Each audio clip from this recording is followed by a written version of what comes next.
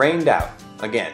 We went back to Camp Phoenix this morning and waited for a helicopter, hoping the weather would clear up enough to get a ride, but it actually just got worse. That beautiful sunny day we had yesterday turned to cold, wet rain today. Now when we started this project, one of the questions we had was whether we could even make it through all the RCs in 30 days. I think we just about have that question answered. Although we would like to make it through in 30 days, that is not the main goal of the project. The main goal is to show you the people and places of Afghanistan, to help you understand what a counterinsurgency is, and how coin is changing the way people do business here. We want to help you see the culture and history of the Afghan people, as well as give them a voice to the world. Now, because of the weather situation here and out east, we're going to try to head out west tomorrow and make east our last stop. Sometimes, along with patience, you have to be flexible. Now, with that in mind, I took a walk over to the hospital on base. About 2 weeks into my tour here, I gave myself a concussion by whacking my head into the side of my bunk bed as I tried to get up in the morning. Not a crowning achievement to write home about, but nevertheless, that's part of my story here. The hospital is run by the French, with a staff representing at least 5 other nations.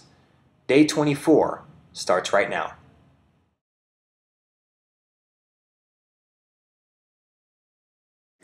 Yes, what the people have to understand is that the NATO army, the NATO nations, countries that we are here for the peace in Afghanistan.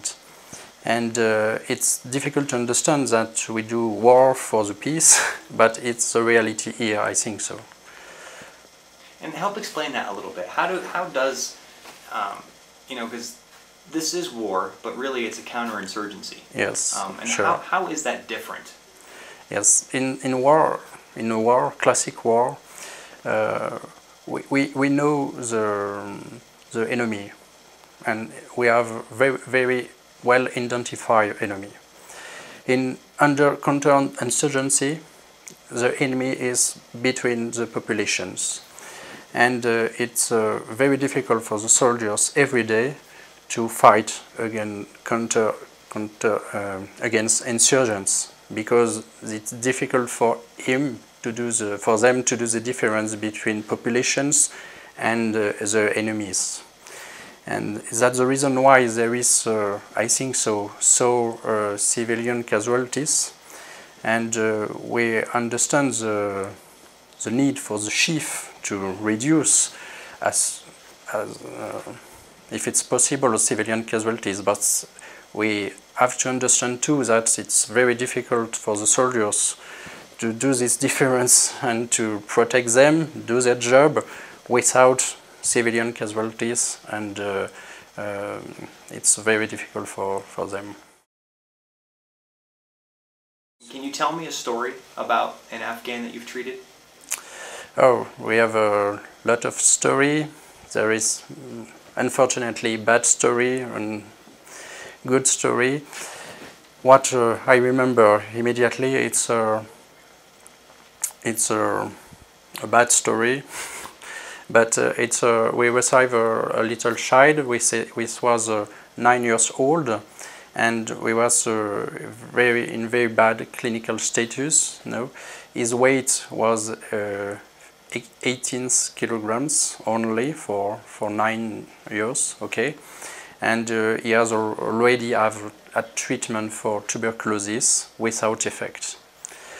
So our challenge was to increase his clinical status and nutrition, and to try to do a precise diagnosis to increase his life. Often. Unfortunately, the complications comes, and he has a pneumothorax in his left lung. We need to put a chest tube and other conditions.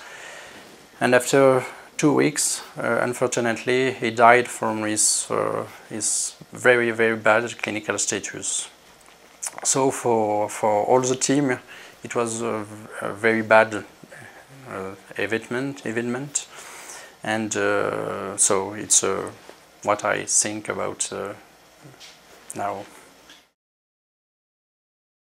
Do you understand your role in the counterinsurgency? Yes, of course. Our role is to support the soldiers first. It's the most important mission that we have to do.